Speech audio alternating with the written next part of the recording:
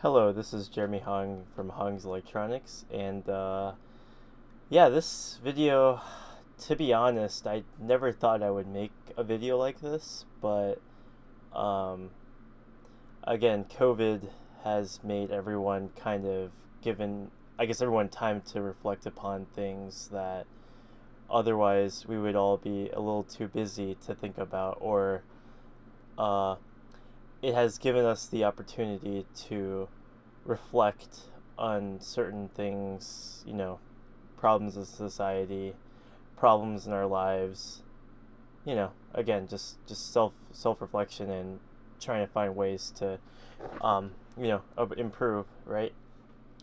So, I mean, nothing inherently is wrong about that, but something near and dear to my heart, of course, which is ham radio.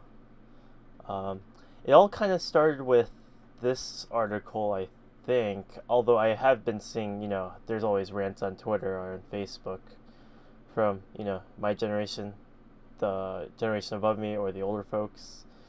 Yeah, which is basically the same thing, but, there's like a huge break between, my age group, which is like your youth to 25-year-olds, then 25-year-olds to like whatever mid-range to the retirees that are actually the bulk of the ham radio operators or licensees.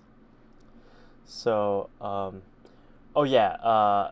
By the way, if my face is like flickering or if there's like some weird scan lines, I don't know what's going on. The camera's acting a little flaky, but hopefully you can just ignore that and just kind of go along with what I'm saying at the moment. I mean, it's mostly just a voice. You could just put this in the background, and then I'll try to post the links and stuff to stuff that I've been looking at. But no, it all started with this IEEE Spectrum article, at least recently, July 10th, 2020, and of course IEEE is the, it's the Institute of Electrical Electronics Engineers. It is the body for our field, or my field basically, and yeah, I mean, it's interesting hearing this from lots of perspectives because uh, this question has been around for a long time. Like it's never old, and as you always see, the number of licensees have only been growing at it's like 700,000, 720,000 now. But I don't know. I feel like we all have, at least this question's been around longer than I have, so it's not like this is a problem that's unique to um, this generation or this time period. So it's just whatever. I mean, I'm more of an optimist. I mean, ham radio is adapted really well in my opinion. Uh, I mean, you're starting to see, like, in more recent years, software-defined radio leaking into actual, like, the high-end and low-end radios now. And it's kind of just become a standard thing now that we all come to expect. But, yeah, I mean, again, this asks the question, will the hobby actually die out? Or what's going to happen? And, I mean, obviously, there's an aspect to it where I don't think that the emergency communications and those things like this, the sheer like critical infrastructure, will ever die. I mean, that's just the backbone that, agencies like FEMA and stuff have always said that they need it. So highly doubtful that the hobby will just die. Like, I mean, again, if these things don't happen overnight, but there is something to be said about generational gaps, things in our society that kind of leak into the hobby. And I mean, again, it's a group of people that's kind of reflecting upon a very specific set of people that, I kind of posted this on Twitter, but how I've always seen it, at least locally at my club, my direct observation, I should have probably clarified it because, scope is very important, you know broad, narrow, yeah, macro, micro. So at least in my micro scope here, um, what I've noticed is, at least in our club, the vast majority of hams are definitely very technical in nature to begin with. Like they're already engineers, they're STEM people, but mostly leaning very electrical kinds of engineers like myself. But I mean, again, like then I look at demographics in my area. I mean, to be honest, it's all male, it's all white mostly. I mean, it's easily 90% or more. And I mean, big shocker, that's the makeup of the club. So I mean, yeah, I mean, ham is supposed to be, or just amateur radio in general. I mean, you see, a big selling point is there's people from all walks of life, and like I know lawyers, I know doctors that are in it. Hell, I know doctors and engineers. Like one person is actually, I think, a medical doctor and an electrical engineer, one of the invention chairs of last year and this year, or at least the co-chair. But yeah, I mean, it attracts all people from all different walks of life. I mean, I've met just normal people in it, just because not many of the prepper kind, although that's a big draw. But just people wanted to communicate, just kind of have fun with, at least with the communication aspect. I myself am not really into the communication aspect. As you can see behind me, I'm more, I mean, because I'm also an engineer, I'm very drawn by the technical aspect. I can play around with hardware on the ham bands and transmit freely, you know, with my call sign every 10 minutes, and everything's fine. Or sometimes, I can convince work for me to do an IRAD, or my consulting customers for me to do an IRAD, and I just kind of use it. But, you know, it's, yeah, I mean, again, I feel like whenever someone points out, like, oh, there's a diversity and inclusion problem, um, I mean, again, I agree, but again, it's a direct reflection. Again, it's like kind of like a subgroup of a subgroup. Like, I mean, how would I even say it? Because again, there's obviously just engineers that just do engineering as their job, and I think even I remember Dave Jones and some of his job advice. There. I mean, there are people that they're just like that. I know a few that once they go home, they just turn it off, and they're just normal people. But no, I mean, but then again, I have to think about this actually, because I don't know how many actual engineers do what or something related that ends up being a hobby, or if that's how they started. Um, I want to say that's a good amount of people. It's definitely not a not non-single percentage kind of number.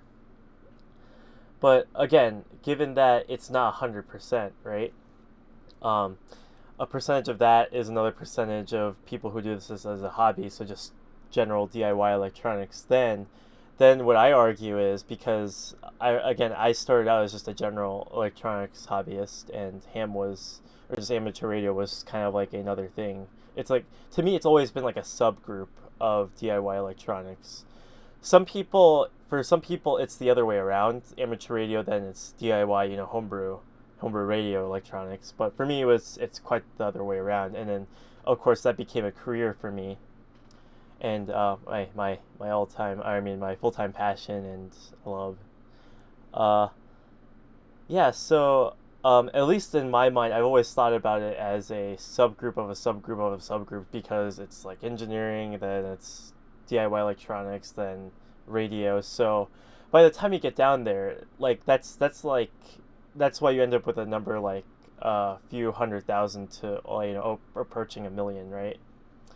Because there's so many million credentialed engineers that there's subgroups and subgroups, and then of course the fact that they're primarily electrical in nature just only adds to that. And it doesn't help that the vast majority of EEs are white, male, and also very old. I mean, they're definitely getting on the older side as well. So I actually even looked at numbers recently at all, which I probably should, because it's kind of important for this. I mean, actually, just this video and maybe. But I'll try to see what I can find.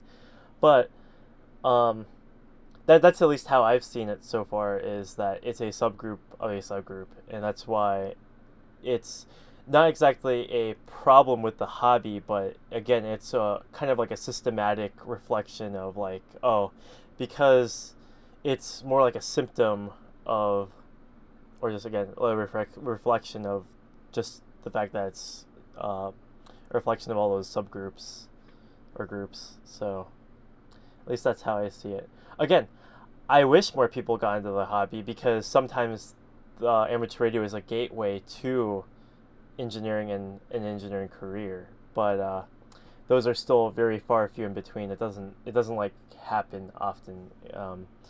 Actually, I think that path is even rare because it's like the existing hams, and then it might be their kids or grandkids that they try to get into engineering, and some make it, some don't.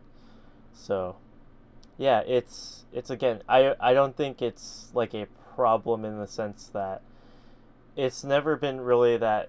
Yeah, there. I mean, again, there are problems like the fact that because the vast majority is uh, that demographic tends to have um, political leanings and other ideas or impressions of other people that may or may not currently reflect what our society needs to go in, at least in progressing. Uh, I'm trying to make this not political at all because again, I mean, again, that just ends up being really ugly anyway. Especially these days, because it's everyone wants to be on the side. But no, I'm of the opinion that look, I want you to be in this awesome hobby because you could do a lot of cool things, and no, you don't have to like dive into the deep end and spend like $1,000 on the HRF rig or anything. I mean, you can start small, like everyone else, like I did. You know, Baofeng, and then $20 RTL SDR dongle, and I mean, no one will bat an eye. I mean, you're in the hobby. Hell, play around with breadboards and other things, and then yeah, make your transmitters unintentional or not, intentional or not. Yeah. So, uh, yeah. So, again, I am not at all saying that this is not a problem.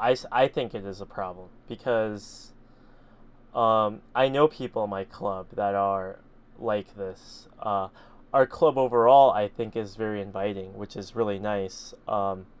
As I posted on Twitter, actually, in response to this one, I actually looked into my club's bylaws, which surprisingly, at least that version hadn't been updated since 2005. So, which is kind of interesting. I need to ask around some people because again, there's a little bit of a problem in terms of transparency at our club, but I don't know really. Actually, I mean, to me, it's all fine. I mean, the club's together, so.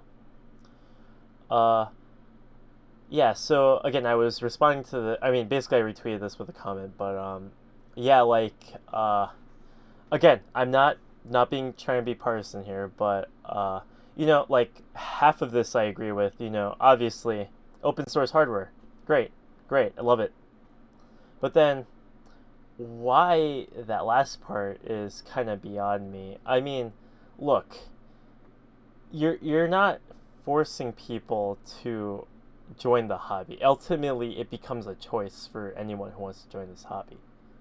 Like, I mean, just because you add a policy or wording or make it more inviting doesn't directly translate to more hams being in the community. That's ultimately on the people interested or yet to be interested in joining this hobby, and then hopefully that can lead to a path where this could become your career or something. But no, I mean, I just don't get this anymore. Like this, please do not work on inclusiveness or diversity. I mean, like, what? Look, there are people. I have yet to ever hear it or see it, but the common thing if you're not aware, if you're a ham or not, hams really frowned upon or looked down upon citizens band operators or CBers. Um, I myself am kind of in that crowd because they're definitely like non-technical people typically, and they just buy radios at their truck stop or whatever online, and then they're all kind of like really flagrant or I mean they just have no etiquette and they don't know how to deal with themselves, and so like I've heard stories of them jamming each other, just buying different power amps to overpower each other and stuff, and it's just bad, and so that's why we kind of look down upon them because it's just I mean that is like in my opinion the low standard, which some hams actually will point out that certain frequencies or bands, um, for some odd reason, if someone just talks too loud or someone disagrees, they just say, "Oh, that band's a CB now," like it's just trash, and they just don't ever go back to it, or they just keep trashing or slandering it. Um, and again, those are probably white males, so again, I don't know what you're saying here. I mean, the people that you don't want in the community are already in the community, and they actually made an effort to take the test, you know, technician or general or extra. I mean, I doubt a lot of those guys that they're calling out as CBers or extra, but I mean, I don't know. I'm assuming they're probably technician, but again, like I'm gonna assume, big assumption, that they're bright male in that, especially the people that they're describing. So I don't know what this means. It's to me, I interpret this now as uh just that they don't want anyone else, and I'm like, what's the big deal? I mean, yeah, it's just weird, but yeah, and then there's like the clear problems where it's yeah, yeah, there I think, oh man, I'm trying to think about this story, or at least the tweet I remember seeing, but antenna Karen, as I like to call her, a good Karen, by the way, not the meme kind of Karen, has pointed out, saying that a lot of women hams are not inclined to share their call signs because, again, if you put out your call sign out there, it's almost kind of like doxing yourself in a way. But I have very mixed feelings and opinions about that. But I could see why that is a issue for at least women, because again, I mean, come on, men are men, and that can get very ugly quick if there are certain kinds of men that don't have good intentions, and or yeah, that whole thing that I probably shouldn't describe on here. Um anyway, but yeah, that's kind of like that, and of course, because the community is a reflection of the fields that it draws from, which is male, white, majority, that's kind of a problem. So yeah, again, people pointed out, yeah, it's uh and again, I'm not an SJW, I'm not a Tumblr user or any of that by any means. I don't identify as a triggered millennial that needs their safe space, because that's just not me. Again, I used to be the that kind of person that used to point that stuff out, or like, be on that side of the argument. Uh, you know, not having no empathy, or just not hearing somebody out, basically, is what, like, actual ignorance is how I could describe myself at least 10 years ago. Um, yeah, that's the thing. Like, I want to say that this is definitely not a problem that can just be solved with this community. This has to be this is a systematic, like, shift. is what I'm saying, is that it has to start from the fields that the ham radio community draws from, or just just people that tend to go into these kinds of hobbies, and from there, I mean, I think it'll work itself out. Once that happens, is once you start seeing uh, double digit um, numbers of diversity and stuff. I mean, that stuff tends to even itself out. I would say optimistically, but again, I don't know anything. I can't foretell the future. I don't have I don't know how to read the crystal ball here. Um, yeah, so I mean, again, there's a lot of like name calling and shouting out, like calling out people like, oh no, you're a right winger, you're a left winger. I mean, again, like I mean that gets us nowhere. Look, I think we can all admit, because it's such a polarizing topic, that there is a problem, and believe it or not, this might be not that hard of a problem to fix, as long as, again, it's just, I think as I tweeted, it's just, look, you just you just have to, I mean, especially us engineers, right? There's multiple solutions to a problem, and the more diversity we have of like opinions or suggestions or ideas, the better the solution is. Or there's more solutions to compare, and then you do your trade-offs and all that analysis, and again, there's only more stuff to be gained, not lost. And yeah, I mean, we just also have to just treat each other with respect. And I mean, I honestly don't know why that's so difficult for some people. And again, I mean, look, I don't care what your background is as far as like personal background, but if you're an engineer, you're an engineer. Okay, you've been through hell, and through those courses and stuff, and like no one's gonna think the lesser of you. At least I'm not gonna think of the lesser of you on that. So that's whatever. But and let's be clear.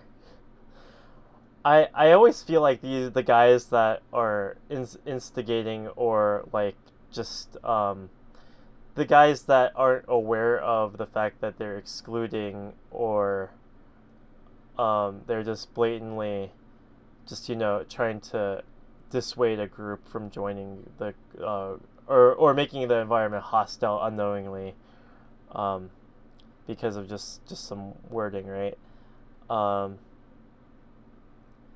I think it's just, I don't know, it's, oh man, like sometimes it could just be kind of like a self-awareness problem, where you're just not realizing what you're saying, because the your brain is not synced with your mouth. Well, I mean, that happens. I used to be like that at one point. I probably am still like that, actually, unknowingly. But again, oh yeah, that's where I was going with this point.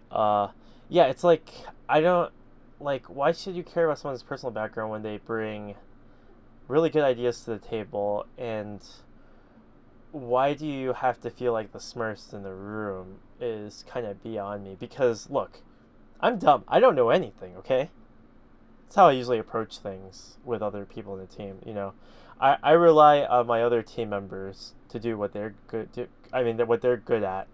And as a collective, we build a project that, I mean, just on all aspects just works, and it's great. It's the optimal solution, right? But no, I mean, I don't think some people think that way, which is kind of weird. Or at least they don't apply that mindset to this kind of problem, where because they're this gender, or they think this way, or they believe this, that means that they're lesser of them. I don't know how that's justifiable, because again, I can easily point out many examples of why that person that thinks that way is wrong. Because look, if you think that, then why don't you start a company like SparkFun or Adafruit or Great Scott Gadgets, to name a few, just a few that are, again, those people that work there are really, they're like smarter than I am. I mean, hell, they work in a business and with leaders that are a lot smarter than I am, and are pulling in great revenue. I mean, And I mean, if you look at their personal backgrounds, I mean, it really doesn't matter. Like this, it's you're an engineer. Yeah, I don't know. It's kind of actually frustrating to think about it now that I'm saying it out loud. But yeah, I guess that's just the society we live in. Is that there are things that no one's comfortable debating, or if they want to debate it, they have such a bias that they're so blind to that's the reason why they'll come out with some irrational statements, or just use logical fallacies in an argument that just, I mean, again, they just, yeah, because it turns real ugly. And again, one of the reasons why I went into this field is just to avoid like a lot of controversies in certain fields. Like, for example, like, biology, there's the evolution debate, there's like, and then some like, and then the extreme example is, climate science, because then there's the global warming argument. Like, and I mean, I've gotten to the point where it's like, look, if you're a politician pushing for some narrative or whatever, look, I'm not gonna believe you. I'm gonna believe the scientists that are behind it, okay? Because you as a politician don't have any. I mean, unless you actually have formal training, then I'm not gonna think of you at all as a valid opinion, or an expert. But anyway, yeah, it's. I mean, again, I see the word gatekeeping here and there, which is kind of interesting because, yeah, a lot of that does kind of exist from club to club, from what I've heard. I at least know one person that's told me that at their club he's been trying to he wanted to throw a couple project ideas out there, but they all shut him down. And I'm like, that's strange. I can't relate to that at all, because in my club we have a really nice DIY group that is very inviting. And I mean, you really don't need a justification for your project ever, other than, like, I can do this because I can. And I mean, it's all encouraged. But I guess it's like that in some clubs. I have yet to see it. I would actually want to see it, because man, I can throw out some pretty good counterexamples against those guys. But anyway, yeah, and of course, who am I? I mean, it's not like my face has been plastered in two ARRL. Oh, no, actually, yeah, two ARRL publications now. And I mean, I get to work in an anechoic chamber and play around with all sorts of RF test equipment. So who am I to have a horse in this race, right? But anyway, yeah, I think about how I'm pretty sure there are people in my club that think I'm just like some immature kid or whatever, which is probably valid. I mean, who wants to grow up, right? But no, I mean, probably some of them would be shocked that I get to work at a job like where I work at, or consult, basically. Yeah, I mean, like, look at this kid getting to work in an anechoic chamber. How does he know RF? Well, apparently I do. I make a lot of money doing it also, so. Yeah, anyway. Yeah, so, oh wow, of course. Interesting.